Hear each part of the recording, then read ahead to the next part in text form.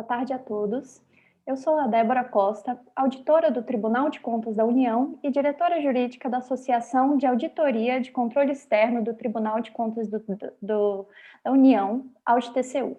Agradeço, em nome da nossa associação, a participação e a colaboração de todos no primeiro seminário internacional sobre ética nas entidades de fiscalização superiores realizado pela AudTCU. O objetivo desse painel é compartilhar e debater experiências internacionais no tratamento da ética nas entidades de fiscalização superiores, cujas funções no Brasil foram incumbidas ao TCU.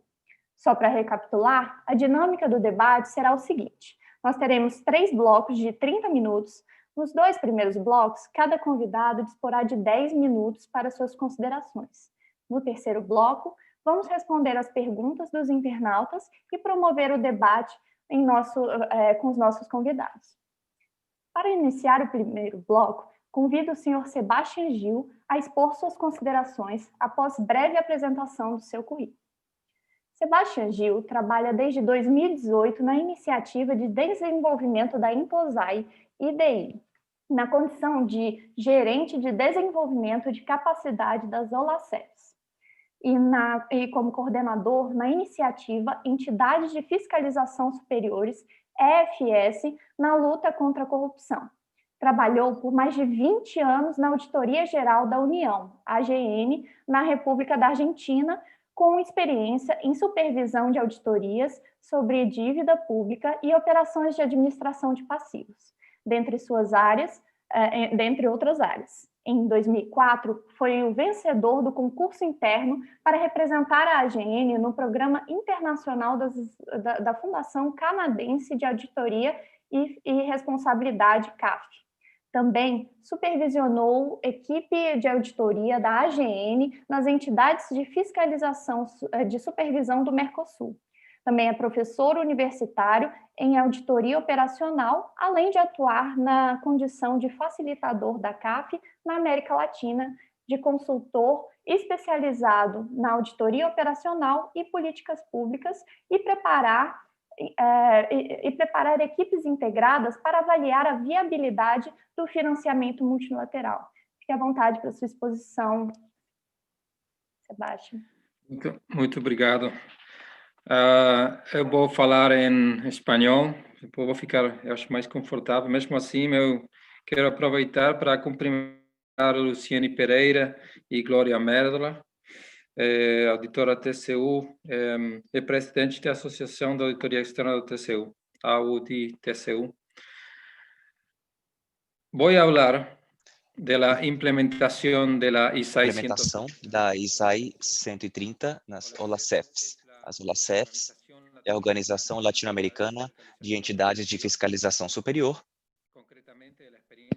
Concretamente, a experiência através da iniciativa EFS na luta contra a corrupção.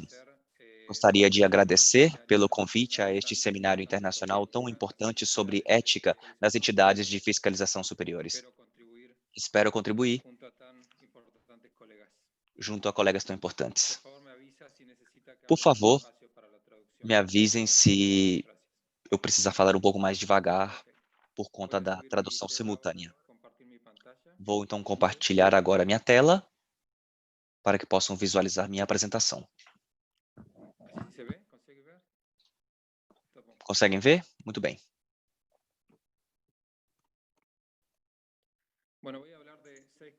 Bom, vou falar de 6 temas durante minha apresentação.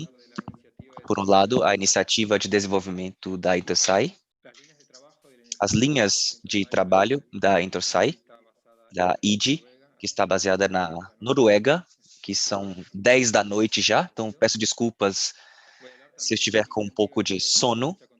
A iniciativa da EFS na luta contra a corrupção, na estrutura de capacitação do componente EFS, liderando com o exemplo na implementação da ISAI 130 e depois, na segunda parte da minha apresentação, a aplicação da ISAI 130 dentro do componente e os produtos alcançados. Bom, primeiramente, a iniciativa de desenvolvimento da Intosai é um corpo cuja missão é apoiar as EFS na sua missão e melhorar seu desempenho. E trabalha com todas as AFS da Intosai, em particular com o Tribunal de Contas da União, que é uma delas, há 194 membros, 145 dos quais são países em vias de desenvolvimento. E trabalhamos com todas as regiões da Intosai. Afrosai, Arabosai, Assosai, Karosai, Eurosai, Olacefs e Passai. A visão é de que as AFS sejam eficazes, que prestem contas, sejam inclusivas e que adicionem valor à governança do setor público e em benefício dos cidadãos. Há 4 linhas de trabalho: independência, a boa governança, o profissionalismo e a relevância. Isso considerando os diferentes problemas ou necessidades que as entidades de fiscalização superior devem satisfazer. Há problemas que têm a ver com independência, não são os típicos problemas das entidades de fiscalização das OLACEFs. No entanto, a independência é uma problemática recorrente no mundo das EFS, especialmente a independência financeira. Também nos ocupamos da boa governança. A ideia é medir o desempenho das entidades de fiscalização superior através de programas como MMD ou o SPMR. Também temos planos estratégicos e a questão da ética e o envolvimento dos stakeholders. Uma linha de trabalho típica da IRI é profissionalismo, capacitar, então, nos 3 tipos básicos de auditoria: financeira, cumprimento, o compliance e desempenho, contribuindo para o desenvolvimento das capacidades. Também promovemos instâncias para o desenvolvimento da qualidade das auditorias, para a garantia de qualidade em linha com a ISAI 140. E também a relevância tem a ver com promoção da inovação prática, contratar questões que são relevantes, adaptar-se aos avanços tecnológicos e também contribuir para o maior impacto das auditorias. Um exemplo de relevância são as auditorias que têm a ver com os Objetivos de Desenvolvimento Sustentável. A ID, há pouco tempo, lançou um modelo de auditoria de ODS. Particularmente, a iniciativa EFS na luta contra a corrupção se relaciona com diferentes linhas de trabalho. A questão da corrupção tem a ver com a boa governança, é claro, mas também tem a ver com se manter relevante e ter um foco profissional durante as auditorias. Por isso, esta iniciativa tem 3 componentes e tem como objetivo geral conseguir uma maior eficácia das EFS na luta contra a corrupção. Esses 3 componentes são as EFS liderando com o exemplo ao implementar a ISAI 30, vamos falar um pouco mais em detalhe disso, auditoria do marco institucional para a luta contra a corrupção e a plataforma EFS Stakeholders para a corrupção. Há uma série de parceiros que colaboraram e que colaboram no desenvolvimento dessas iniciativas e desses componentes, particularmente o PNUD, a WGFA-CML, as FS também participam de diferentes regiões e está em constante processo de retroalimentação a partir da implementação dessas iniciativas. Particularmente, os 2 componentes que foram implementados nas OLACEFs têm a ver com a ISAI 130 e a auditoria do marco constitucional para a luta contra a corrupção. Falando detalhadamente sobre essas iniciativas, o componente que tem a ver com as EFS liderando com o exemplo tem a ver com a ID apoiando as EFS na utilização das ferramentas existentes para considerar e implementar um código de ética. O documento fundamental para isso é o ISAI 30, que agora é chamado também de ISAI 130, ou ISAI 30. Fala-se de ISAI 30 ou 130, mas estamos nos referindo à mesma norma. Houve uma mudança de denominação internacionalmente, mas estamos falando da mesma norma. O componente que tem a ver com a auditoria do marco constitucional tem a ver com a facilitação de desenvolvimento de plataformas entre EFS e stakeholders contra a corrupção. Também tentar entender qual é o marco que existe em cada país para abordar essas questões. Este processo, que está quase sendo finalizado, identificou em 2 EFS que participaram, onde há exemplos representativos de como a corrupção e a luta contra a corrupção está sendo abordada. Temos um componente também pendente ainda de implementação, será feito talvez ainda este ano, tem a ver com o desenvolvimento das plataformas entre as EFS e os stakeholders. Isso ainda está por ser desenvolvido. Quando falamos de relevância com relação a esta iniciativa, estamos nos referindo à quantidade de informação que existia antes da iniciativa e da relevância da questão da corrupção. No total, havia 72 EFS nas 8 regiões da Intosai. Particularmente, no caso das OLACEFs, ainda participam e participaram as AFS da Argentina, Bolívia, Chile, Costa Rica, Equador, El Salvador, Guatemala, Honduras, México, Panamá, Paraguai e Peru. É uma iniciativa de muita demanda e, naturalmente, os pontos de partida em cada FS são diferentes. Há um grau bastante elevado de heterogeneidade e que vai além não só do mandato, mas também das capacidades de cada uma. Mas, em todos os casos, a temática da corrupção é e sempre foi de muita relevância para as EFS. Naturalmente, outras EFS, como o caso do TCU, não deixam de considerar a relevância dessa temática. Então, para nós é uma questão também muito importante. E estamos hoje com colegas do TCU e de outras OLACEFs e contamos com 4 módulos. Por um lado, tínhamos um módulo que tinha a ver com introduzir as questões da ética, com avançar nos valores fundamentais das ISAI, pelo menos da ISAI 30, como a integridade, a independência, a competência, comportamento profissional, confidencialidade e transparência. Vocês vão ver ao longo desta apresentação, especificamente quando falarmos dos resultados deste exercício, como esses 5 valores estão presentes e são vetores utilizados sistematicamente para ver quais são os resultados alcançados. Algumas leituras que subjacem essas iniciativas. Por que as EFS são tão importantes? O que é um controle de ética? E qual é o papel das EFS na sociedade? Estes gráficos que vocês podem ver aqui deste slide, temos a resposta dessas interrogantes. A relevância das EFS tem muito a ver com o papel que cumprem dentro da sociedade, tem que ser organizações exemplares que inspirem confiança. Um código de ética, um sistema ético é uma condição necessária. Portanto, é importante destacar que a ideia de um sistema de controle ético ou controle da ética vai além da ideia do código de conduta ou código de ética, simplesmente. Abrange também um conjunto de funções relacionadas que tem a ver com a instalação de diferentes capacidades, como o monitoramento e o controle do processo. Há muitas entidades de fiscalização que possuem um código de ética, mas não tantas têm um sistema ético. A ideia fundamental, descrita no módulo 2 dos 4 que nós vimos nesse curso, que foi a fase de capacitação do processo, é uma instância de permanente retroalimentação. A ideia é, a partir da ISAI 130, desenvolver uma guia para ver como os critérios definidos nessa norma são cumpridos, capacitar em consequência, identificar quais são as necessidades, os gaps, as brechas, as lacunas e contribuir para o sistema ético de cada entidade de fiscalização.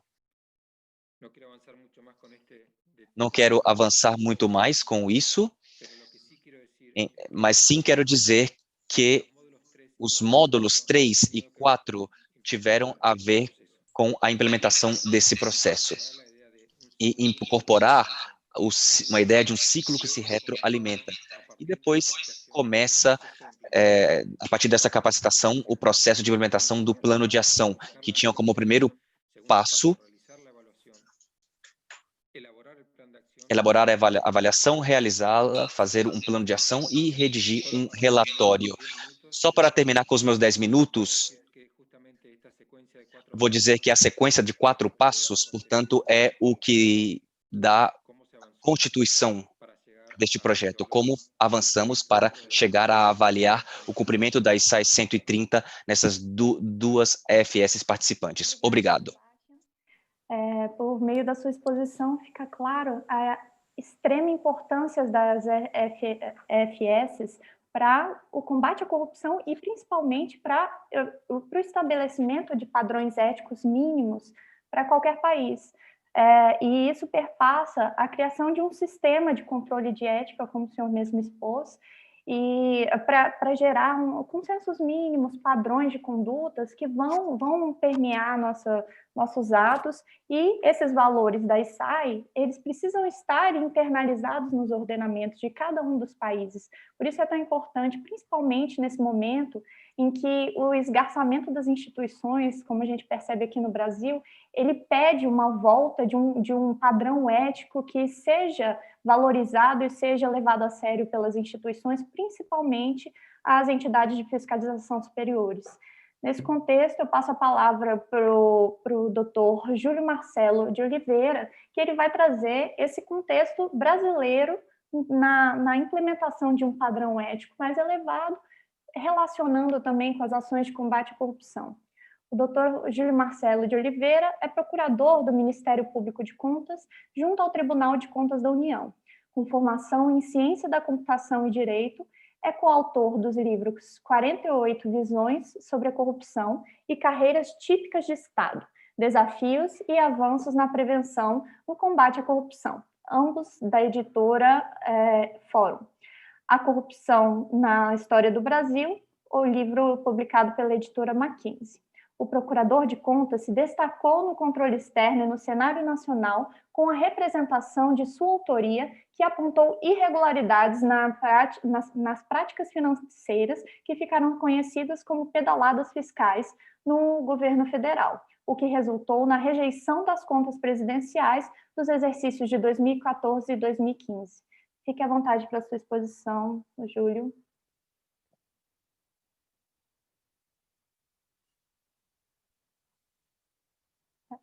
Está mutado. Você começa a contar o tempo só agora. Tá bom. Vamos lá.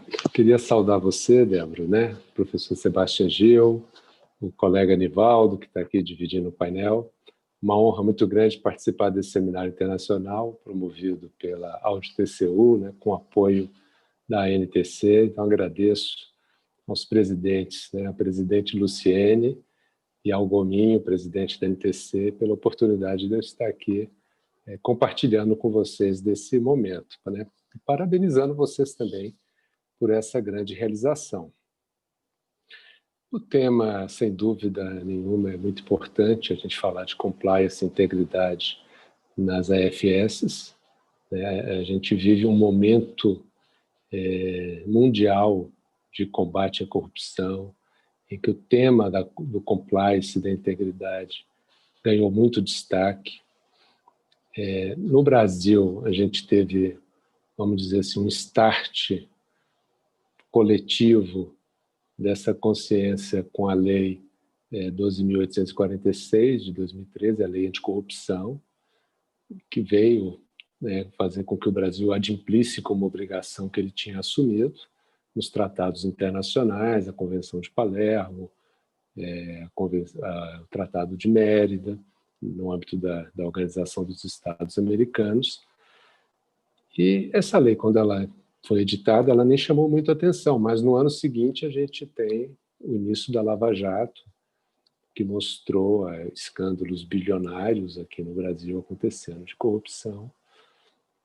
E essa lei passou a ser muito importante, né, porque ela trata de acordo de leniência, que é um tema também muito controverso aqui no Brasil, ainda não está resolvida essa situação.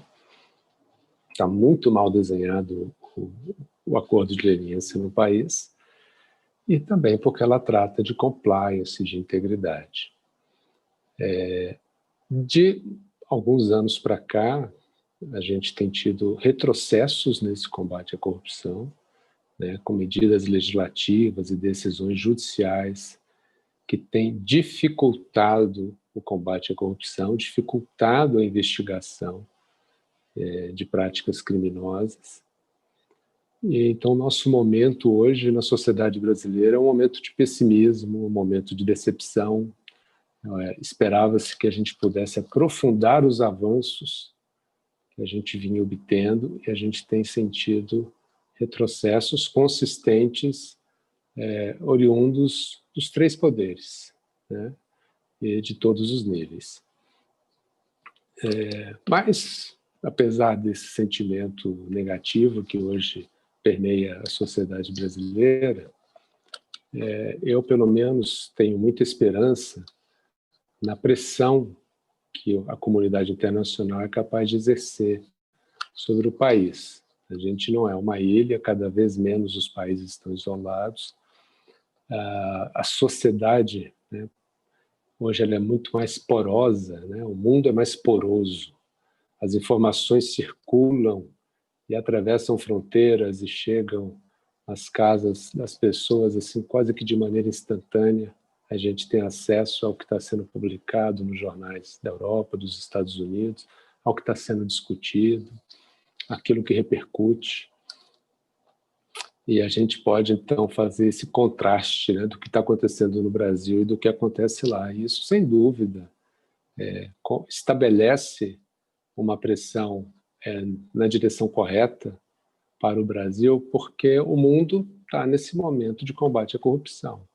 Aquilo que antes era tolerado, né, no século passado, até o final do século passado, como práticas comerciais legítimas das grandes corporações que podiam praticar corrupção nos países de terceiro mundo, enfim, qualquer outro país, e lançar aquela despesa como uma despesa legítima e comum, até para reduzir o seu pagamento de impostos. Hoje isso é um ilícito, hoje isso é criminoso, uma consciência de que isso é pernicioso para a sociedade foi desenvolvida em nível mundial. E o Brasil não vai poder ficar à margem disso, né? O mundo cobrará do Brasil que ele seja um país que efetivamente combate a corrupção, sob pena até de ser excluído desses tratados, né? Começar a ter tratamentos ao contrário de preferenciais, né? São tratamentos discriminatórios negativos para o país em razão dele ser percebido como um país que não combate a corrupção. Democracia, hoje o conceito de democracia não é só eleições livres, mas também uma administração pública transparente que presta contas permanentemente para a sociedade, né? Então, dentro desse momento brasileiro e mundial, a gente percebe que nunca se exigiu tanto das instituições públicas e privadas uma conduta ética, uma implementação de códigos, programas de compliance, programas de integridade, códigos de ética. A reputação das empresas tem um valor econômico, né? E a reputação das instituições públicas tem um valor institucional de credibilidade da instituição, de credibilidade da democracia, de crença da população em suas entidades. Se na administração pública esse tema é extremamente relevante, para uma entidade fiscalizadora como o Tribunal de Contas da União, é ainda mais relevante. Se a administração pública tem que ser ética, tem que ter programa de compliance, seus membros têm que agir com integridade, isso é ainda mais crucial e mais crítico na entidade que fiscaliza. Quem fiscaliza tem que dar o exemplo. Quem fiscaliza não pode ser hipócrita, não pode dizer faça o que eu faço, né, faça o que eu digo, mas não faça o que eu faço. Então ele tem que liderar pelo exemplo, como bem apontou o professor Sebastião Gil. E é o papel que eu percebo que deve ser desempenhado por uma entidade como o Tribunal de Contas da União, é um papel de indução, né, e um papel de liderar pelo exemplo, né. Ele induz quando ele faz as auditorias de marco institucional que o professor Sebastião apontou, quando ele cobra dos órgãos da administração pública os seus programas de compliance, de integridade, os códigos de ética dos seus servidores. liderando pelo exemplo, é ter ele mesmo o seu programa, né?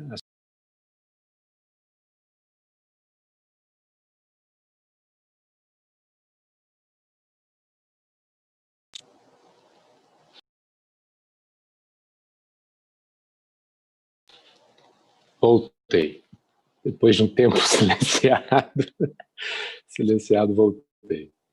Então, estava falando que o Brasil, uma instituição, né, como o TCU, tem que ser, liderar pelo exemplo. Na administração indireta, nós temos aí uma lei das estatais que exige isso das empresas estatais, programas de compliance.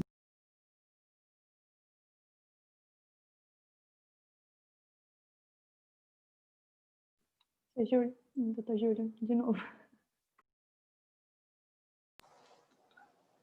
Ativou? Então, na administração direta, a gente não tem uma lei estabelecendo isso explicitamente, mas a gente tem a lei de improbidade administrativa, a gente tem uma lei muito importante, pouco conhecida, que é a lei de conflito de interesses do Poder Executivo Federal. E, a meu ver, essa é uma opinião minha, todas as obrigações que incidem sobre os servidores da administração federal, elas incidem também sobre os servidores do Tribunal de Contas da União. Não tem lógica no sistema jurídico que o servidor do Executivo não possa fazer algo e o servidor que o fiscaliza possa. Quer dizer, aquilo que é um conflito de interesse para um servidor do Executivo, numa dada situação, tem também de configurar um conflito de interesse por coerência lógica do sistema para o servidor do Tribunal de Contas da União. Os 10 minutos estão acabando, eu vou respeitar o tempo e a gente vai aprofundar um pouco mais essa discussão no próximo bloco. Tá bom? Obrigado, Débora. Eu que agradeço, doutor Júlio. E a sua fala, ela expressa muito como esse tema tem sido, às vezes, deixado de lado no lidar da administração pública, apesar da sua extrema importância. As principais teorias econômicas atuais mostram que qualquer crescimento, desenvolvimento econômico, ele depende de instituições fortes, com credibilidade, que sinalizam essa institucionalidade, a seriedade, e justamente por isso, essa experiência internacional, ela vem para nos ajudar e ela também cobra ao mesmo tempo, né? Então, nós não podemos ficar silentes e deixar que nossos níveis de institucionalidade vão aos poucos se degradando. E por isso esse debate é tão importante. E eu introduzo agora a fala do nosso colega Nivaldo Dias Filho, que teve uma experiência internacional muito interessante no GAL. Vou introduzir agora seu currículo e feliz da contribuição que ele pode dar. Nivaldo é auditor federal de controle externo do Tribunal de Contas da União, com formação em engenharia civil pela Universidade Federal do Paraná e experiência em operações especiais e na implementação de cooperações com o TCU no âmbito da Operação Lava Jato. É ex-perito criminal da Polícia Federal e, em 2017, participou do Programa Internacional de Intercâmbio para Auditores do Government Accountability Office, GAO, órgão responsável por fiscalizar o governo americano para o Poder Legislativo, dedicando-se ao estudo da ética, compliance e combate à corrupção, e também representou o TCU na 11ª reunião do Grupo de Trabalho de Combate à Corrupção e Lavagem de Dinheiro da Intosai. Atualmente, é nosso vice-presidente. Na de TCU, está aberta a palavra, Nivaldo, fique à vontade. Obrigado, Débora. Obrigado a todos por essa oportunidade, inclusive pelo apoio da ANTC. Aproveito para cumprimentar os demais colegas aqui, Dr. Sebastião, Dr. Júlio. Sempre é um prazer participar de eventos com pessoas de tão grosso calibre. Então, eu vou falar aqui um pouquinho sobre a experiência que eu tive no GAO, né? O GAO é a entidade de fiscalização superior dos Estados Unidos, como muitos certamente sabem, não é? E ele é uma organização, uma controladoria independente e apartidária, que trabalha para o Congresso Nacional. Nesse sentido, o fato de ser uma controladoria já diferencia do que nós estamos acostumados no TCU, que tem a estrutura de uma corte, né? Então, o poder de julgar e o poder sancionador não estão presentes aos moldes como estão no caso do TCU. Então, esse é um ponto que certamente chama atenção para um brasileiro que participe desse programa de intercâmbio, que, aliás, é fantástico, existe há mais de 40 anos, e é um programa de capacitação, portanto, muito bem sucedido. Foi um orgulho ter participado nesse programa de 2017. E também diferente do TCU, portanto, o controlador-geral, ele é nomeado para um mandato de 15 anos. Ele é escolhido pelo presidente a partir de uma lista que é elaborada pelo Congresso Nacional Americano, né? Uma outra diferença também tem a ver com o foco dos trabalhos que são feitos. A grande maioria dos trabalhos feitos pelo GAO, 95% deles, são por demanda do Congresso Nacional. No TCU nós temos uma proporção que talvez seja algo parecido com o inverso disso. Só 5% ou algo parecido é que seriam demanda do Congresso Nacional. Bem, eu fui para lá com o propósito principal de estudar mecanismos de combate à corrupção. Mas eu fiquei profundamente impressionado com o padrão ético que o GAO cultua. E eu passei a escrever também sobre isso, não que que essas coisas já não estejam ligadas, naturalmente, é preciso que a ética seja uma ferramenta importante no combate à corrupção. Então eu acabei estudando esses dois temas e até escrevi sobre isso no meu trabalho de conclusão de curso lá. E nesse sentido, me chamou a atenção como os valores éticos são cultuados pela organização. Isso fica muito evidente, muito transparente, não como sendo algo que está escrito num livro ou nas paredes, mas a todo tempo esses valores são incentivados. Eles cultuam com muita ênfase os valores de accountability, de integridade e de confiabilidade. E há um esforço visível de toda a estrutura, de todos os funcionários mais graduados na organização, de ensinar pelo exemplo. A começar pelo Controlador-Geral da União, lá do GAO, que ele é um servidor muito respeitado há anos, tanto interna quanto externamente ao GAO. Então, isso foi muito impactante para mim. E eu passei a verificar quais características o modelo de gestão de ética do GAO poderiam ser um exemplo para nós. E eu percebi que lá muitos funcionários são obrigados a apresentar suas divulgações financeiras e patrimoniais aos moldes como o TCU faz anualmente, mas eles fazem uma diferenciação de acordo com o nível de responsabilidade que o servidor tem na organização. Isso quer dizer que servidores com maior responsabilidade acabam tendo que apresentar documentações adicionais em relação a esse aspecto e também em relação à ausência de conflito de interesses que possam afetar as atribuições na qual eles estão envolvidos. E nesse sentido, talvez haja uma diferença na percepção sobre a ética em relação ao que os nossos colegas norte-americanos têm e o que talvez, de alguma forma, predomine na nossa visão.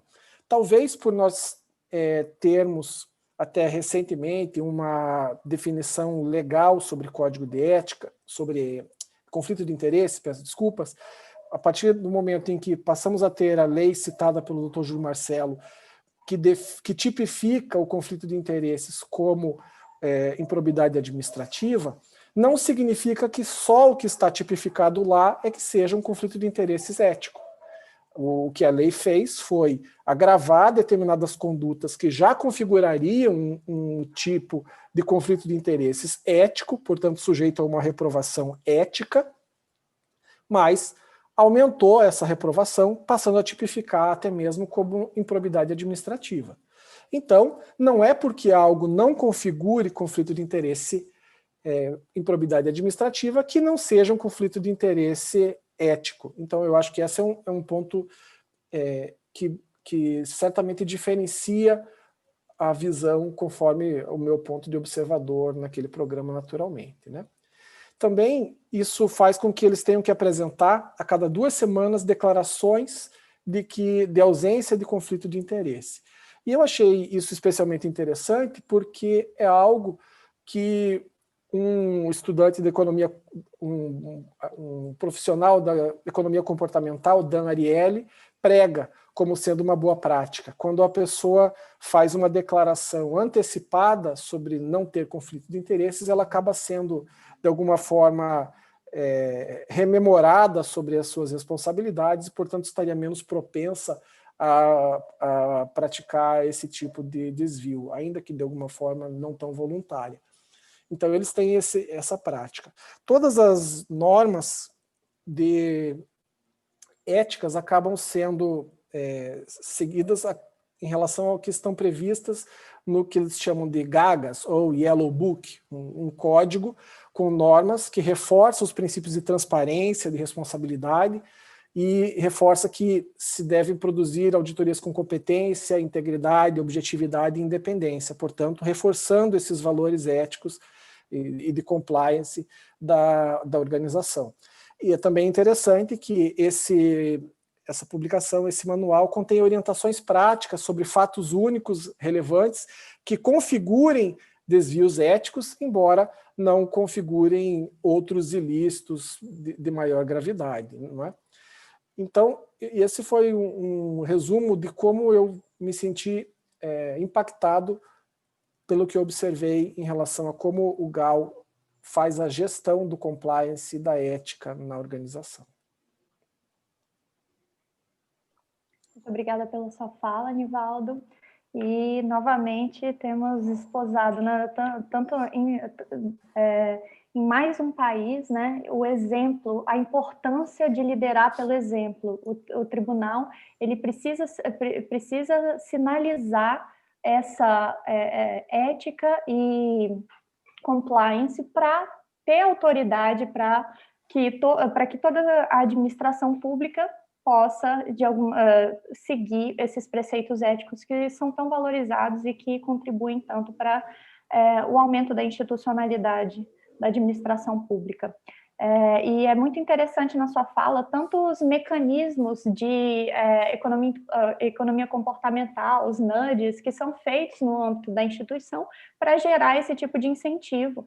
E essa aprendizagem de outros países pode ser muito importante, principalmente nesse momento, como o doutor Júlio falou, que a gente precisa redirecionar nosso ordenamento jurídico e levar ele para um caminho mais direcionado à ética e ao compliance e ao combate à corrupção.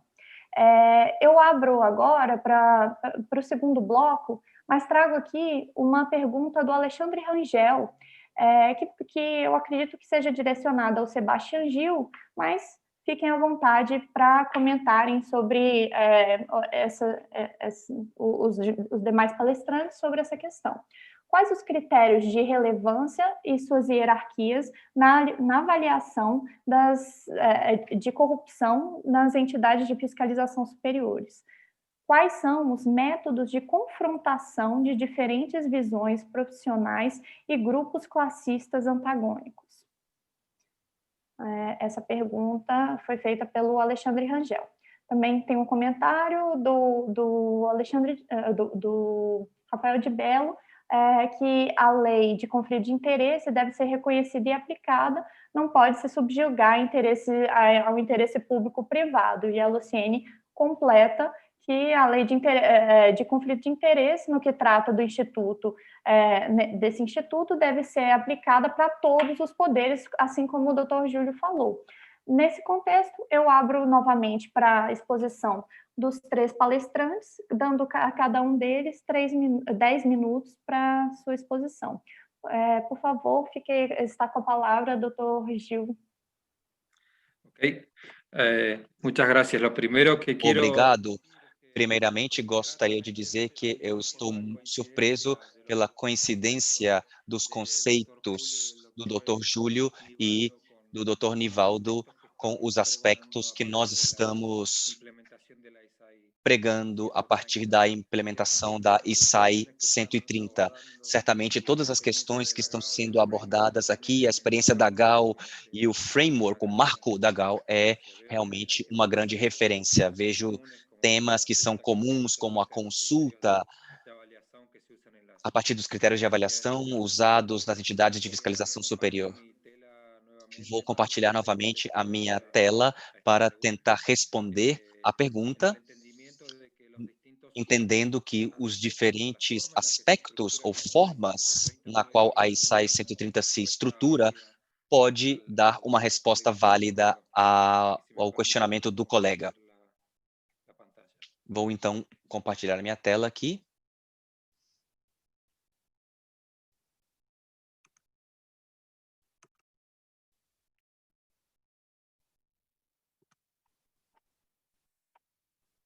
Aqui se vê? Consegue olhar? Conseguem ver? Muito bem. Débora? Ok.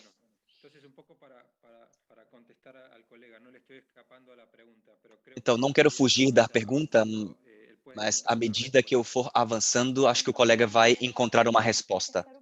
Podemos deixar a resposta também para o terceiro bloco.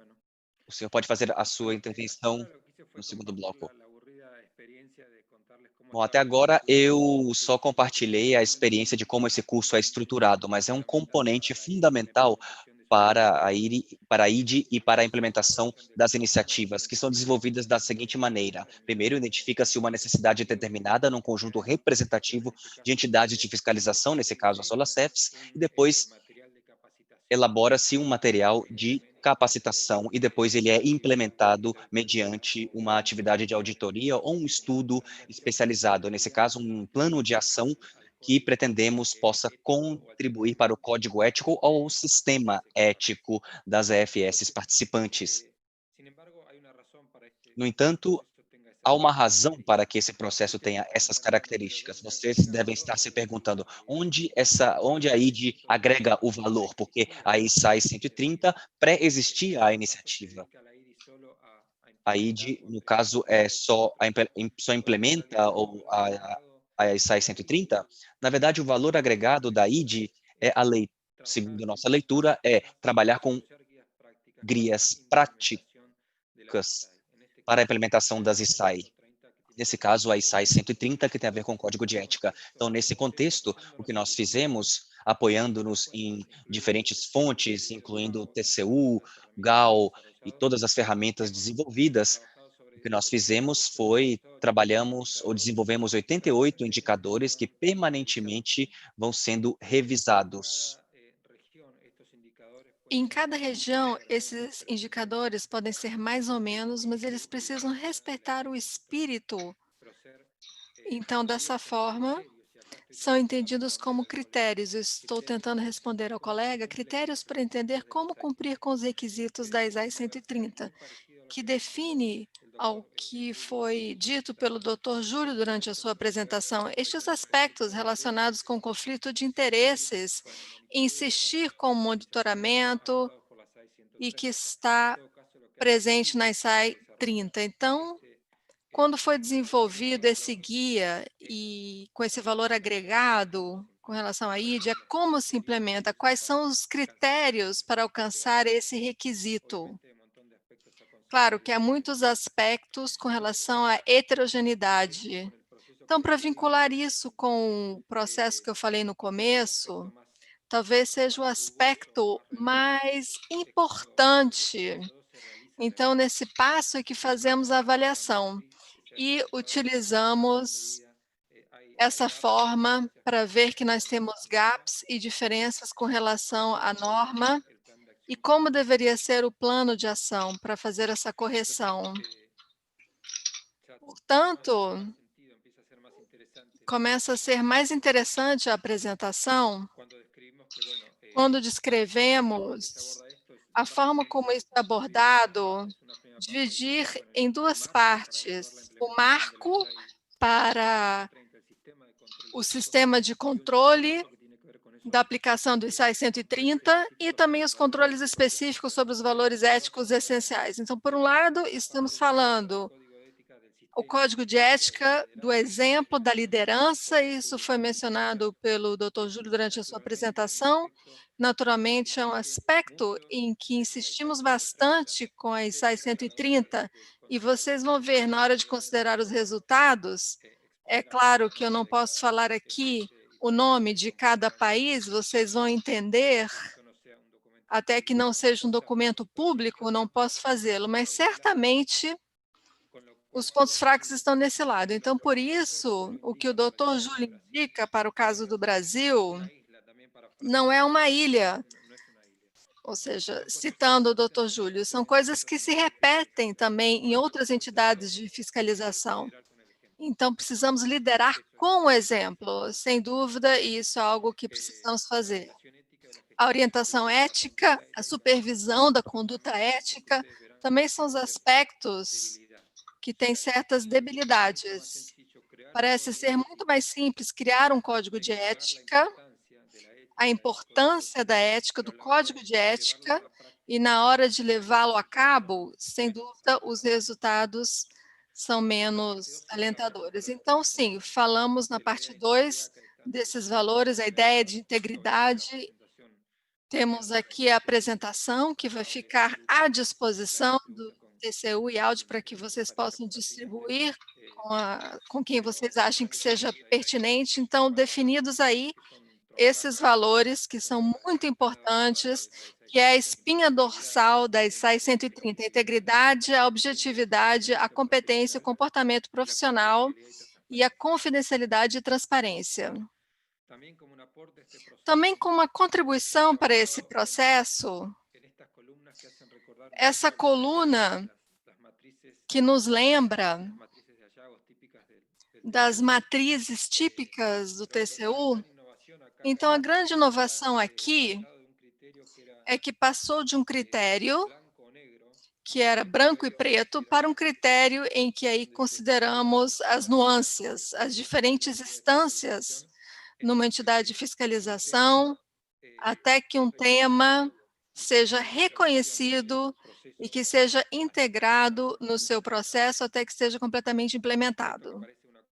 Isso que parece uma questão menor foi uma grande mudança, de qualquer forma, no guia, porque permite identificar situações específicas que muitas vezes a EFS prefere não expor, ou seja, ao invés de dizer que algo não está bem, prefere dizer que está relativamente bem. Então, por isso, precisamos de um meio para expor esta situação. Também existe um temor, às vezes, e é um dos riscos com relação às iniciativas, ou seja, um certo temor a que seja divulgado os resultados com relação a esses rankings.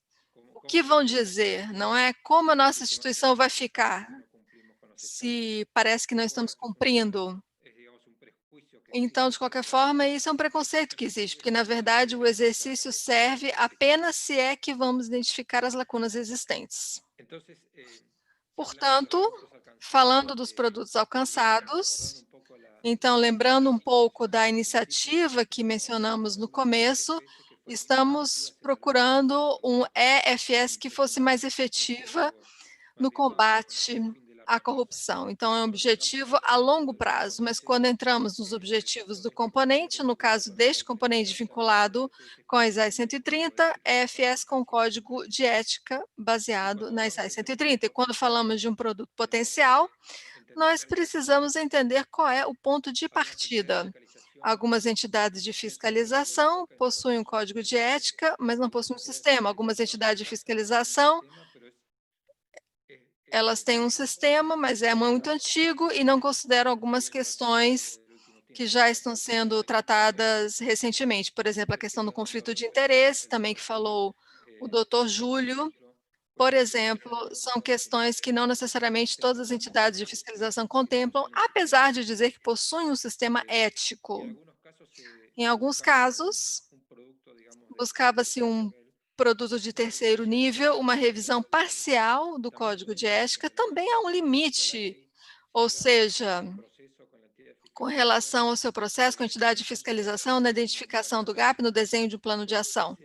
Depois, o que se faz com isso vai mais além da nossa função, mas a pretensão é que seja implementada. Então, quando for revisar um código de ética, ou seja, às vezes o objetivo é conseguir mais, mas tudo depende do ponto de partida.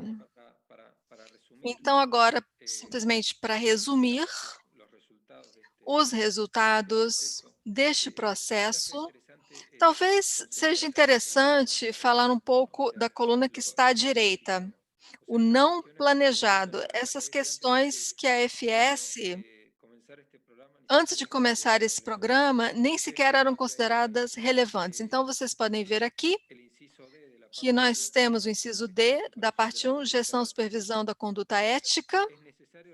Ou seja, é necessário ter um sistema que possa fazer o monitoramento de como funciona o sistema, em que medida está sendo implementado e cumprindo com o código de ética em todos os seus regulamentos associados. Então, disso se trata. Depois, na parte 2, vocês podem ver que os aspectos mais importantes referem-se à integridade, independência e objetividade. Então, gostaria de voltar aqui uns slides na definição. Integridade, atuar com honestidade de forma confiável, com boa-fé e a favor do interesse público. Esse é um aspecto que tem alguns déficits em algumas EFSs. E eu tenho que ser um pouco generalista, mas quando falamos de dependência e objetividade, também é outro aspecto que certamente é muito comum, dizem que vai ser resolvido, mas é um dos problemas. Então, não somente a dependência financeira, que é a independência clássica, ou seja, a falta da independência clássica, mas também outro tipo de independência relacionado com influências ou circunstâncias, questões políticas, conflitos de interesse, etc. Portanto, para fechar aqui a minha apresentação, Débora, e tentar responder a pergunta que foi realizada, eu gostaria de mencionar algumas fraquezas, digamos assim, desse diagnóstico, associando com alguns aspectos específicos da ISAI 30 ou 130, por exemplo, o código de ética, que não tem exemplos concretos de dilemas éticos ou situações sensíveis, que não inclui mecanismos para resolução de conflitos, ou quando falamos de liderança, quando circulam documentos que enfatizam a importância de promover uma cultura ética na organização, como foi dito pelo Dr. Júlio. Quando se fala de uma orientação ética, por exemplo, às vezes não tem um exercício, ou seja, exige-se daquele que atua em nome da FS que atue de acordo com o Código dos Requisitos Éticos da FS. Também é outro ponto que falta.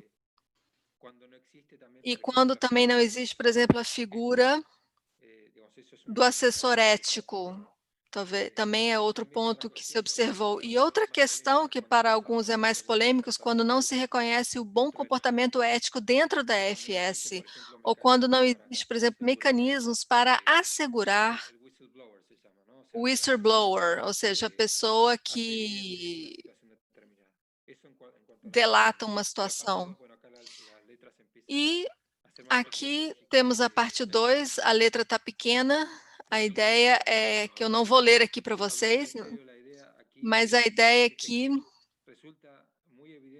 é que, no final das contas, fica muito claro que as maiores debilidades é a questão da independência e objetividade. Também, como foi comentado antes aqui. Então, por exemplo, já mencionamos a autonomia financeira, a identificação de ameaças, sem orientação para adequada identificação de ameaças significativas, não se desenvolvem, ou seja, questões que possam configurar para a ética na instituição, também a FS, das questões políticas ou semelhantes. Então, existe uma série de elementos e debilidades relacionados com a independência e objetividade. Então, de novo, eu vou deixar isso para vocês, E o último que eu gostaria de mencionar, em vez de seguir aqui linha por linha, eu gostaria de dizer que não temos problemas com a competência, ou seja, não temos problemas com cumprir com o papel, mas sim temos aqui, está muito claro, os problemas na hora de liderar com o exemplo e colocar dentro do sistema ético uma série de características justamente para proteger o sistema, a proteção daqueles que denunciam. E para finalizar, o que eu gostaria de dizer é que todo esse diagnóstico com as entidades de fiscalização superior, então também a implementação de um plano de ação, hoje já passou 6 meses da última reunião que nós tivemos, quando nós identificamos essas lacunas, e podemos dizer que, modestamente, nós temos essas entidades que participaram, o objetivo, aprovar o plano de ação, ou seja, identificar as diferenças e desenhar um plano de ação para resolvê-las. Então, foi implementado o plano de ação em vários casos, concretamente. São 9 de 12 casos e 4 desses casos levou a um novo código de ética. Então, esses foram os resultados do exercício deste componente. Obrigado. Nós agradecemos imensamente por poder aprender com o senhor. Isso é um trabalho que ele traz assim muitos insights para o nosso contexto brasileiro, para a Audit-TCU e para todas as instituições que, de uma certa forma, podem contribuir com esse processo, porque o procedimento que vocês criam mostram que não é só ter códigos formais de ética, mas a importância da avaliação para detectar os pontos críticos de problemas de questões éticas para atacá-los com eficiência. Então, muito obrigada pela sua participação. Isso nos trará muitos insights, eu acredito que vai repercutir em muitos benefícios para a nossa atuação daqui para frente. Eu passo a palavra para o Dr. Júlio Marcelo para iniciar a sua explanação. Então, Débora, olha, quero parabenizar o professor Sebastian pela profundidade da sua apresentação e realmente pela riqueza de conteúdo que ele traz. Eu queria assinalar um ponto importante. Não? O TCU está se preparando para presidir a Intosai. Acho que a partir de 2022 ou 2023, algo muito próximo. Então, me parece que o dever de liderar pelo exemplo fica ainda mais reforçado, ressaltado, mais ele será cobrado, porque é ele que vai estar na coordenação dessas iniciativas importantes do mundo, né? Como a IDE, que está implementando, ajudando as EFS a implementarem seus programas de compliance e de integridade. Então, TCU realmente vai estar no foco, né, dessas cobranças em nível mundial e dentro do país também.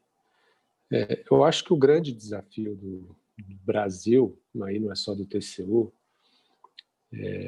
que nós temos código de éticas em todos os lugares, né? A Odebrecht tinha um programa de compliance, um departamento estruturado, uma diretoria, no entanto, estava envolvida nesse escândalo bilionário da Petrobras. É realmente implementar, é realmente fazer com que ele se aplique em todos os níveis. E divulgar também essa experiência que o Nivaldo colocou, e o professor apontou também, né, de ter documentos que, circulando, promovam a ética, mostrem a importância dos servidores estarem conectados com esse tema, com essa preocupação constante, estarem reafirmando o seu compromisso. E aí, o que eu vejo que é o grande desafio? É criar a cultura, né, de integridade, a cultura de compliance, aquela coisa que vai permeando o nosso consciente, vai depois atingindo o nosso inconsciente e vai fazer parte do nosso modo de ser. O modo de ser hoje do brasileiro é o modo da pessoalidade, das relações pessoais. Fulano eu confio, então eu permito uma situação para ele. O outro fulano eu não conheço tanto, então eu não confio, então eu não vou permitir. E a gente começa a tratar as situações que podem configurar conflito de interesse com casuísmo, né? Com falta de uma regra impessoal que valha para todos. O brasileiro costuma, às vezes, criticar outros países porque eles fazem tudo by the book, né? Seguindo as normas, sem abrir exceções para conjecturas que o brasileiro gosta de fazer, que configura o nosso jeitinho brasileiro. Mas para que essa norma agora? Isso é importante, o que a norma está querendo é isso, e eu não vou fazer isso, a minha situação é diferente. O brasileiro sempre acha que a situação dele é diferente, que ele é especial, que ele merece ser visto de uma maneira particular. E é esse o nosso desafio, né? Romper com essa visão de cordialidade muito próxima, de pessoalidade, e estabelecer uma cultura de impessoalidade, na observância de regras, especialmente de conflitos de interesse, né? A gente tem visto, sempre é um tema em debate no TCU, a questão de cessão de auditores para outros órgãos, para órgãos do Poder Executivo, do Judiciário, às vezes do Legislativo. Sempre houve uma diretriz geral negativa, né, que não se pode ceder, mas sempre houve um caso ou outro em que a cessão ocorreu. E ocorreu, às vezes, com base no prestígio de quem pediu ou no prestígio de quem foi cedido, né? No prestígio interno de quem foi cedido ou no prestígio externo de quem fez o pedido. E aí nós começamos a enfrentar esses problemas, né? De você romper a fronteira. Nós exigimos, por exemplo, o princípio básico da gestão orçamentário financeira é a segregação de funções, né? Quem ordena a despesa não assina empenho, um liquida a despesa, o outro faz o pagamento. Então, essa segregação, o outro vai e faz a verificação, o controle, a auditoria. Então, quando os auditores começam a participar da gestão dos órgãos da administração direta ou indireta, você está rompendo essa segregação de funções. Evidentemente, quando um órgão pede um auditor do TCU, ele está querendo um selo de qualidade para a sua conduta, ou ele está querendo um bom canal, né, de relacionamento, de explicações das atitudes do órgão perante o TCU. As duas coisas. E isso em prejuízo da própria atividade fim do tribunal, que também fica com falta de servidores. Mas, tirando a questão da falta de servidores, que é um problema interno, a questão é se isso não gera um conflito de interesse. Quem é o servidor que está sendo escolhido, solicitado? Por que é ele que está sendo escolhido? E a questão fundamental que transparece nessas situações que a gente enfrentou aí nos últimos anos e tem enfrentado agora, o TCU está cedendo servidores para ocupar cargos importantes em agências reguladoras, ou no CAD, né? São entidades cujas decisões estão sujeitas ao controle do TCU. E, eventualmente, esses auditores vão voltar ao TCU e vão lidar com processos, ou vão estar muito próximo de pessoas que vão lidar com processos relativos às decisões que eles tomaram lá. Isso é bom para a credibilidade da instituição.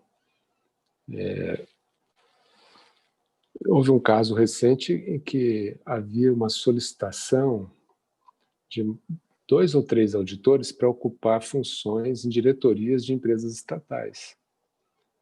Esse caso chamou muita atenção porque, em relação a um dos auditores, havia um grande empenho em favor da possibilidade da sua liberação.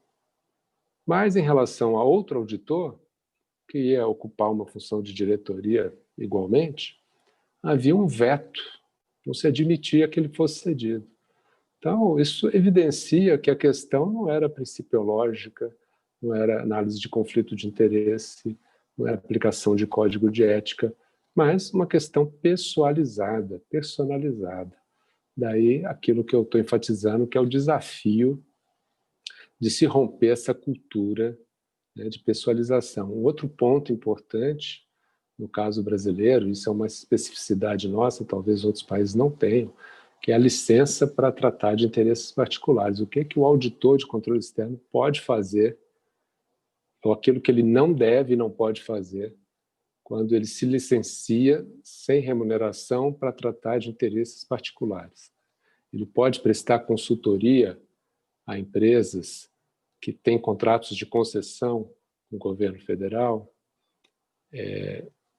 Eu acho que não. Se o servidor do executivo não pode, aquela mesma lógica eu aplico aqui. O servidor do TCU também não pode.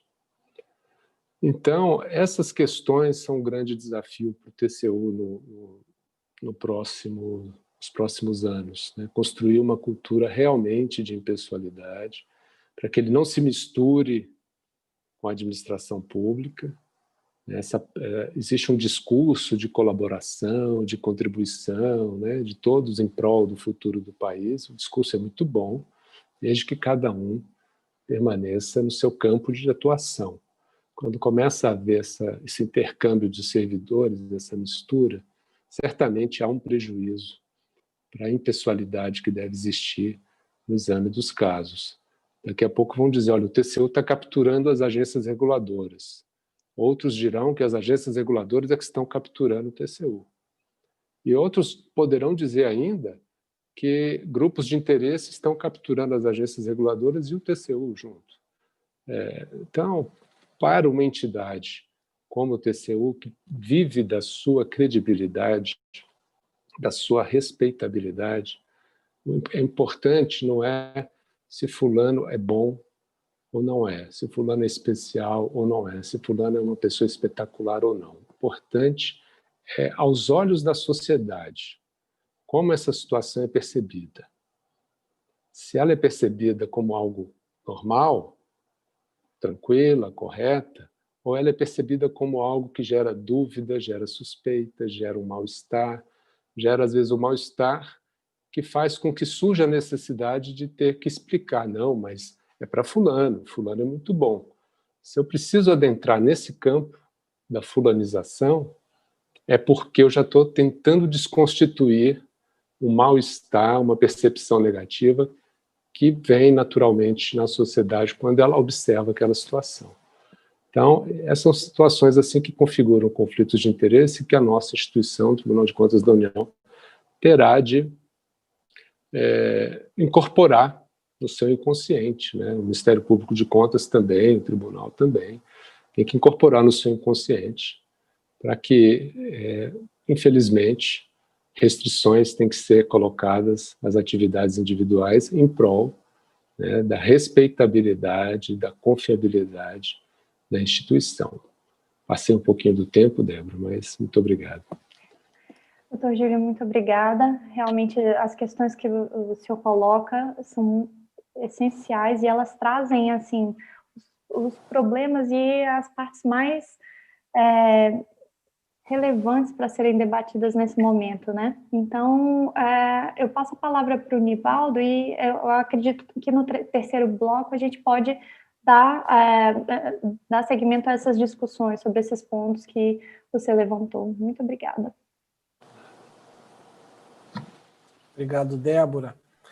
Continuando essa discussão que nós estamos tendo sobre liderar pelo exemplo, eu separei aqui um trecho daquele manual que que eles chamam de GAGAS lá no GAL, que são as normas de auditoria que são seguidas pelo governo como um todo, ou que também recebe o nome de Yellow Book, que eu comentei na minha primeira inserção. No capítulo 1.11, eu tenho aqui transcrito, e até em função do que foi comentado, até mesmo questionado, eu acho que é importante até que eu leia, é bem curto, com a licença de vocês. O manual ele justifica a necessidade das organizações de auditoria seguirem esses exemplos, não porque a sociedade espera, simplesmente. E esse já é um fator fundamental, como muito bem mencionou o Dr. Júlio, mas também para definir o tom para os auditados. Então, isso é textual no capítulo 11.1, que diz assim: como a auditoria é essencial para a prestação de contas do governo ao público, o público espera que as organizações de auditoria e auditores que conduzem seu trabalho de acordo com as GAGAs sigam os princípios éticos. A gestão da organização de auditoria define o tom para o comportamento ético de toda a organização, mantendo uma cultura ética e comunicando claramente o comportamento e as expectativas aceitáveis para cada funcionário. Até aqui está bom. Então, o próprio manual Yellow Book incentiva esse conceito que é muito chamado de tom do topo. Então, não só aqueles que estão envolvidos no trabalho da auditoria, como as suas lideranças dentro da organização de auditoria, dentro da FS, também precisam seguir o mesmo conjunto de padrões éticos, de modo a poderem dar esse exemplo para os seus auditados ou jurisdicionados, como a gente chama no contexto brasileiro. Então, é isso que reza o Yellow Book. Um outro aspecto também mencionado aqui tem a ver com a imagem do auditor do TCU ou dos seus outros funcionários ou mesmo membros, né? Então, o TCU parece que tem feito algumas alterações nisso, se tornou mais restrito o normativo do TCU em relação ao que os servidores do TCU podem falar, em que situações eles podem se manifestar e como poderiam fazer isso.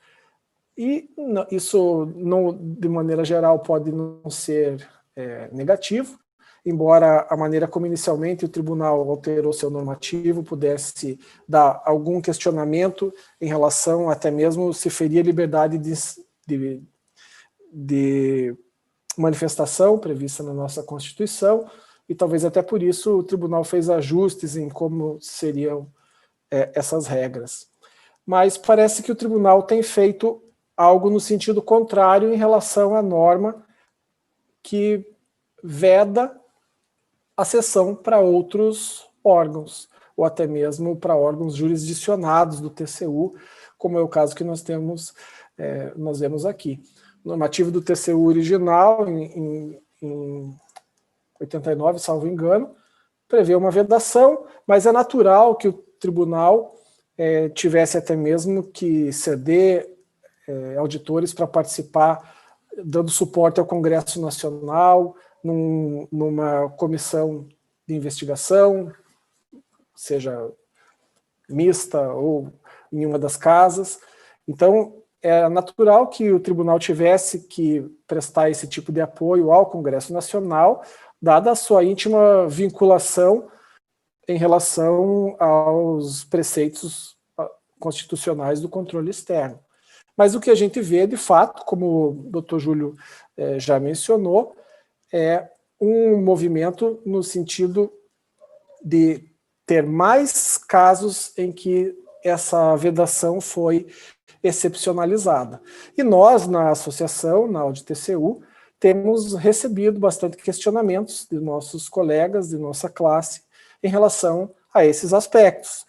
Algo que até mesmo nos motivou a promover essa semana de debates sobre ética, de modo que nossos colegas estivessem mais motivados e até mesmo, quem sabe, mais informados em relação a uma discussão importante que nós certamente teremos como organização num futuro muito próximo, que é a reformulação do nosso Código de Ética.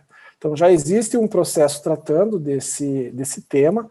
O que a AudTCU espera é que esse processo possibilite uma ampla discussão com todos os servidores, com todos os envolvidos, né, nas questões que um código de ética naturalmente deve tratar, para que nós possamos ter, já que estamos aprimorando, um código alinhado com as práticas internacionais, ou cada vez mais alinhado com as práticas internacionais também apresentadas aqui pelo nosso colega internacional Sebastian Gil. Então, esse é um movimento que certamente cada auditor, cada servidor do TCU até mesmo tem a obrigação de participar e de estar informado, para que nós possamos amadurecer, avançar, sempre no sentido de aprimorar os nossos padrões em relação aos critérios internacionais. E sempre, naturalmente, evitando qualquer retrocesso nesse sentido. Então, isso me parece que é um dos pontos que deve ser de preocupação nessas discussões que certamente vamos travar aí. Coloco também um ponto que me chamou a atenção, que esqueci de falar na minha primeira inserção, é a maneira como o GAO, o GAO, analisa essa questão de conflito de interesses entre familiares e essa linha de relação. Então, consanguinidade ou mesmo parentes diretos ou colaterais, eles acabam tendo que ser informados à organização de modo que adequadamente eles possam checar se existe conflito de interesses. Além de haver a declaração de que um auditor, por exemplo, não vai estar envolvido numa auditoria cujo jurisdicionado é o seu parente, em até terceiro grau, existem mecanismos que a própria organização gere, de modo a checar isso periodicamente, de modo que isso não ocorra. Então, são exemplos que, sem dúvida, boas práticas previstas nos normativos internacionais, que são, sem dúvida, motivos de discussão ou mesmo de implementação, no caso do TCU. Nós estamos com o tempo avançado, eu vou encerrar por aqui. Obrigada, Nivaldo. A explanação de todos vocês é muito importante no sentido do que o próprio Júlio falou, assim, para criar cultura, as pessoas elas precisam entender quais que são os benefícios de seguir essas regras. E só a partir dessas informações, de experiências internacionais, dessas reflexões que vocês fazem, que é possível internalizar esse tipo de comportamento como algo que trará benefícios no futuro para a sociedade como um todo e também no nível individual. Por isso, eu agradeço por todos esse compartilhamento de informações que vocês estão nos privilegiando essa noite. E eu dou início ao terceiro bloco, que tem duração de 20 minutos para debates entre os participantes e para a formulação de perguntas. Eu vou introduzir as perguntas aqui e vou explicar para quem são, né? Quem formulou a pergunta e para quem é destinada. A primeira pergunta é novamente do Alexandre Rangel.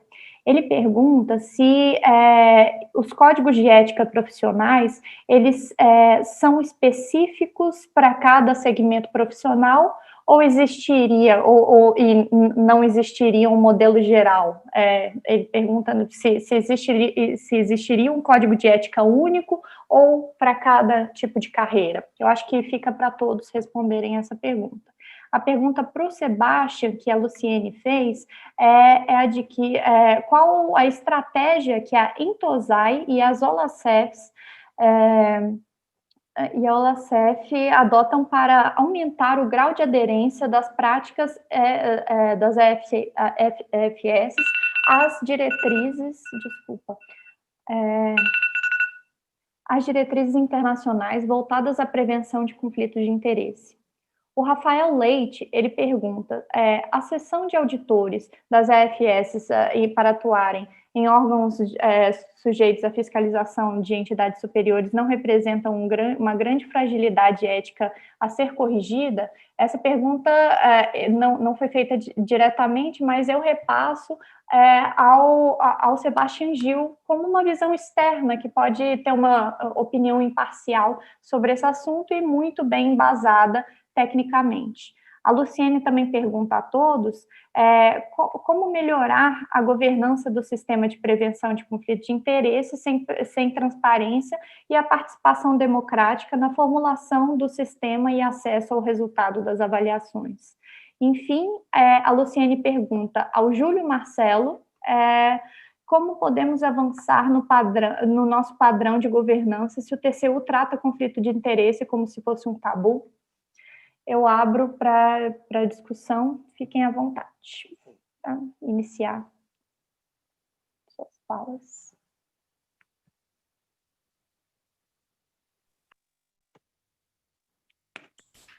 Posso? Por favor, Sebastião. Júlio, sim. Ok. Então, bueno, lo que puedo decir es que... O que eu posso dizer... Em primeiro lugar, eu gostaria de agradecer uma vez mais pelo convite, porque não é uma discussão em vão, é uma discussão que pretende, de alguma forma, contribuir para um processo, justamente pelas apresentações que foram feitas aqui e as várias referências também que foram feitas ao momento atual do Brasil e as normas existentes e como avançar e o papel do Tribunal de Contas da União, também presidindo a INTOSAI, como foi mencionado. Então, indica que é um tema que vai ser discutido, não é uma discussão que vai acabar hoje, sem dúvida. Então, é um tema muito importante, é uma discussão construtiva com um fim específico. E considerando esse marco positivo aqui no nosso debate, as decisões do que deve ser implementado por cada entidade de fiscalização superior, então a INTOSAI implementa as normas, neste caso, ISAI 130, promovendo a participação das iniciativas, estando também à disposição para as consultas, em todos os níveis possíveis, também participa, indicando, assinalando as ferramentas disponíveis para poder colaborar nestes processos, mas a decisão está sempre nas mãos da entidade de fiscalização superior. E como experiência pessoal, eu posso dizer algo que talvez seja de senso comum, mas eu sinto que já ficou demonstrado a partir desse processo uma coisa muito simples, que é ter a liderança. Quando você tem o líder também dando um exemplo à frente do processo e comprometido com a iniciativa, neste caso, de deixar o sistema ético mais robusto do TCU, então, aí você já está dando 2 passos ao invés de 1. Então, é uma condição necessária para que, de fato, seja mais sólido e não uma estrutura vazia, que na primeira situação não vai conseguir resistir.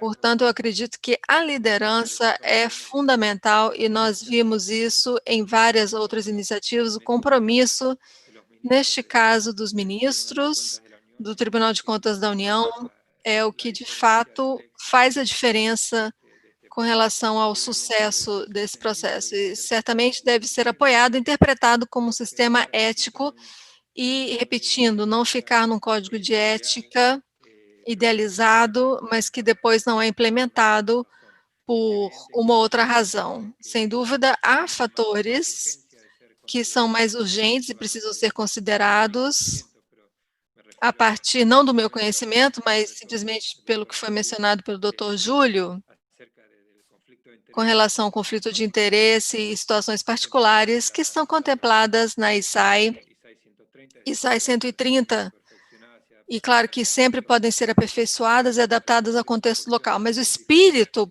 para resolver essas questões identificadas está aí. E, portanto, é o que eu posso dizer. E, sem dúvida, estamos à disposição para colaborar na medida em que vocês considerem necessário, mas também sabendo que há uma quantidade de servidores no TCU que tem capacidade de sobra, conhecimento, e o Instituto também, que é um exemplo regional.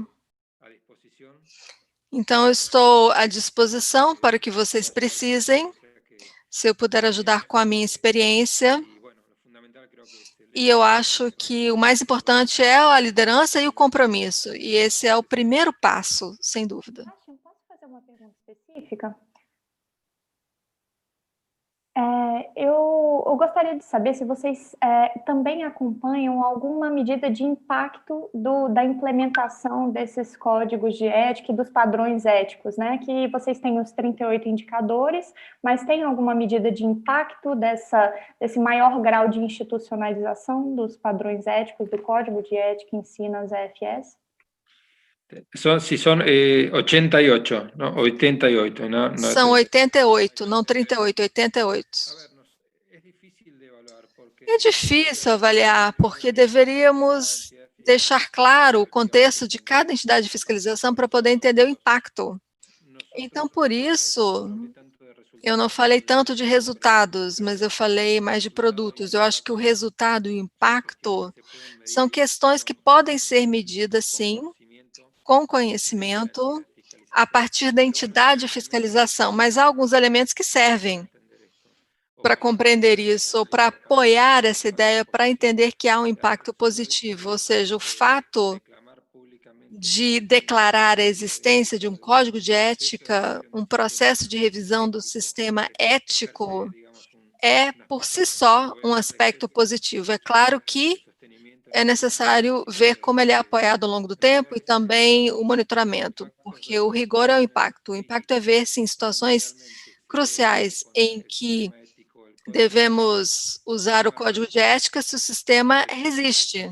Ou seja, nessas situações críticas que foram mencionadas aqui nas apresentações dos colegas, e eu não quero fazer minhas as palavras deles, porque eles conhecem o caso específico do Brasil. Portanto, eu não quero falar a respeito de um conhecimento que eu não tenho, mas a ideia é que o sistema possa resistir a essas situações em que você tem esse risco. Então, se resistir, aí sim, o impacto é positivo. Oi, Débora, posso? Eu queria... Está me ouvindo? Eu queria tratar dessa questão colocada pela Luciene, né? Como podemos avançar nessa questão da governança, dos conflitos de interesse, se o tema é tratado como tabu. Eu acho que, primeiro, a gente tem que fomentar uma cultura de impessoalidade e tratar do tema de uma maneira preventiva, porque a discussão surge sempre quando um caso concreto aparece. E aí fica parecendo que nós estamos fazendo acusação de desonestidade da pessoa envolvida. E, obviamente, isso gera a mobilização dos amigos, das pessoas que se colocam em solidariedade àquela pessoa, porque tratam como uma acusação e fazem um desagravo da pessoa.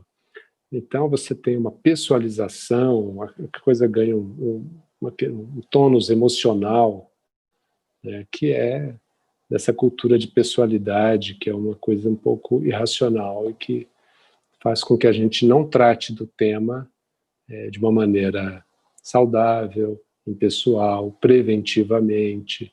Né? É preciso ter uma estrutura que vá disseminando na organização as informações sobre o que configura conflito de interesse, previamente, abstratamente, sem que a gente tenha que ficar discutindo isso toda hora em casos concretos, porque já realmente vira essa questão emocional. Mas eu conheço fulano jamais faria nada errado, não é, ele pode. Então, a gente, sempre que estiver discutindo na fulanização da situação, a gente vai estar, na verdade, mostrando que a gente está tratando mal o tema. A gente tem que tratar o tema preventivamente, para que isso possa ser evitado, né? Para que as pessoas nem peçam para serem cedidas para órgãos tais, ou nem peçam para se licenciar para tratar desse ou daquele assunto, porque já sabe que vai ser negativo a resposta. Então, quando você gera a cultura, tudo fica mais fácil. Bom, é esse o ponto que eu queria enfatizar. E, bom, já que é a última fala, deixa eu só concluir agradecendo mais uma vez a AudiTCU, Luciene, Nivaldo, a Débora pela condução, o professor Sebastião Gil pela companhia aqui no painel, com o Nivaldo também, sempre brilhante. Foi uma honra, um prazer muito grande poder participar desse evento. Parabéns pela realização e que vocês possam continuar, né, com esse alto nível de qualidade das realizações que são a marca da AudiTCU e da NTC. Um colega fez a pergunta sobre a dualidade entre ter um código de ética geral, por exemplo, para todos os servidores públicos, ou um código de ética específico, né? Bom, esse modelo de ter um código de ética geral, que trata de aspectos que naturalmente possam abranger todos os servidores, ele é uma solução possível, ele é algo possível. Só que, naturalmente, ele não poderá avançar em peculiaridades de um determinado servidor. Para citar um exemplo, um código de ética geral não pode tratar, ao mesmo tempo, de algo que seja ético para a classe médica e também seja ético para a classe dos auditores. Nós, auditores, certamente não estaremos sujeitos a determinados desafios éticos que os médicos estarão na sua profissão, em relação a implementar um determinado tipo de tratamento médico ou em relação a uma conduta de uma pessoa que está numa situação extrema de sua vida. Então, são cenários diferentes que, portanto, precisam prever normativos éticos específicos, diferentes. Mas o ponto fundamental em relação a isso, ao meu ver, qualquer que seja a opção por um código geral complementado por um código específico em relação às especificidades daquela profissão do servidor público, o fundamental que eu vejo é o mindset, a maneira que nós precisamos encarar o que é um código de ética. O código de ética não é algo que, ao ser interpretado, precisa de um rito aos moldes do que se faz no rito do processo penal, por exemplo. Porque ele é um primeiro filtro de reprovação. O que é reprovado eticamente não necessariamente vai configurar improbidade administrativa ou não necessariamente vai ser um crime. Existem até condutas que, ao serem criminosas, vão configurar outros tipos até mesmo legais. Mas o código de ética ele precisa ser um primeiro filtro a esses desvios. E, consequentemente, não deve ter um rito processualístico ao que nós costumamos ver no Código de Processo Penal brasileiro, por exemplo. Então, se determinada conduta é antiética e não tipifica outros ilícitos previstos na legislação, ele precisa sofrer uma reprovação ética. E, naturalmente, que essa malha ética ela é uma malha mais fina.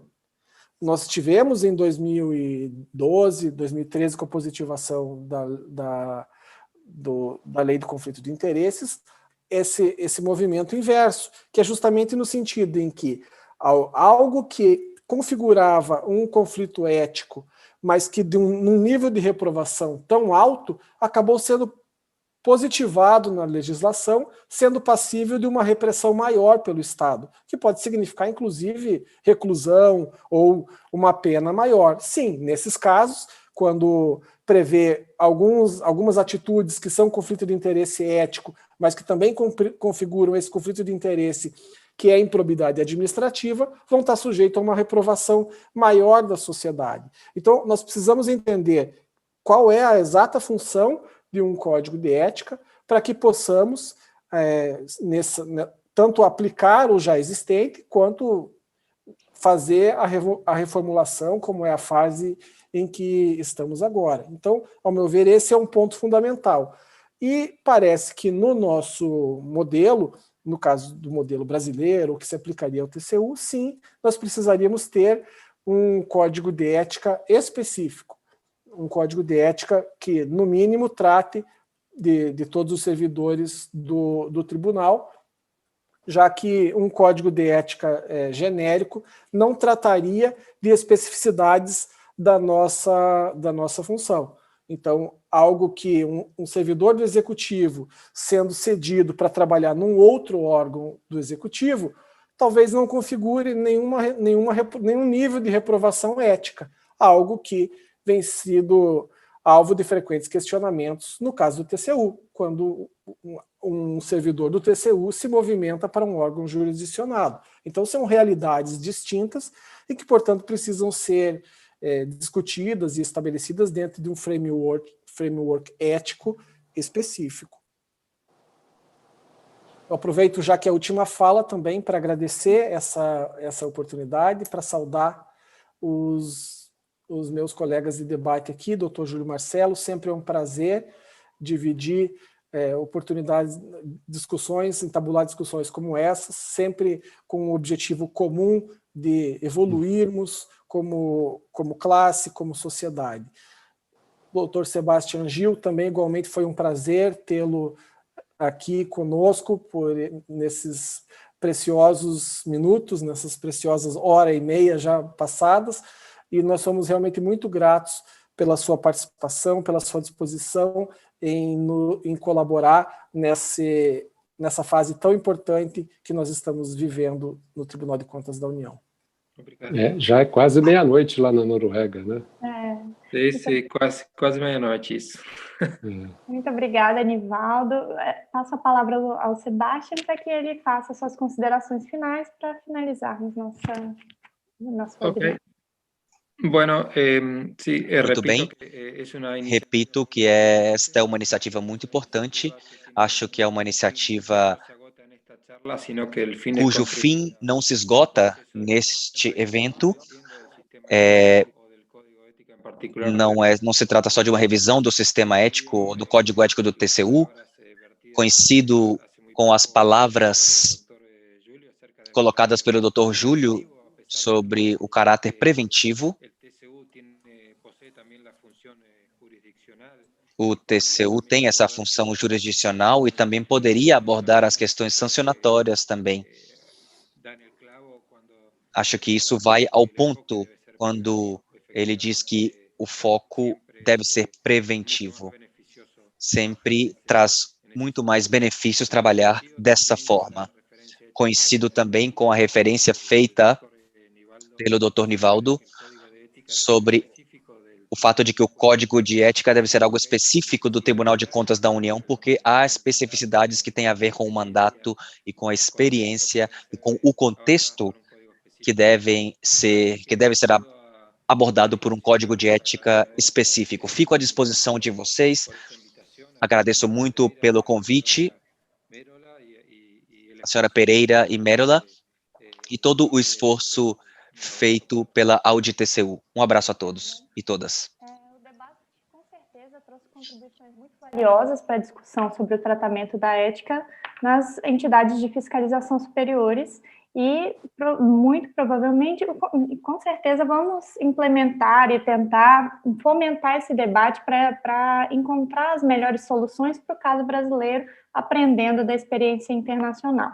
Em nome da AudiTCU, eu agradeço a participação dos nossos debatedores, Sebastião Gil, Júlio Marcelo e Nivaldo Dias Filho, e de todos que nos acompanharam no nosso canal do YouTube. Convido a todos também para acompanhar o painel amanhã, às 17 horas, que debaterá os aspectos jurídicos do Código de Ética das instituições de controle. Boa noite a todos e até amanhã. Muito obrigada. Boa noite. Boa noite. Boa noite.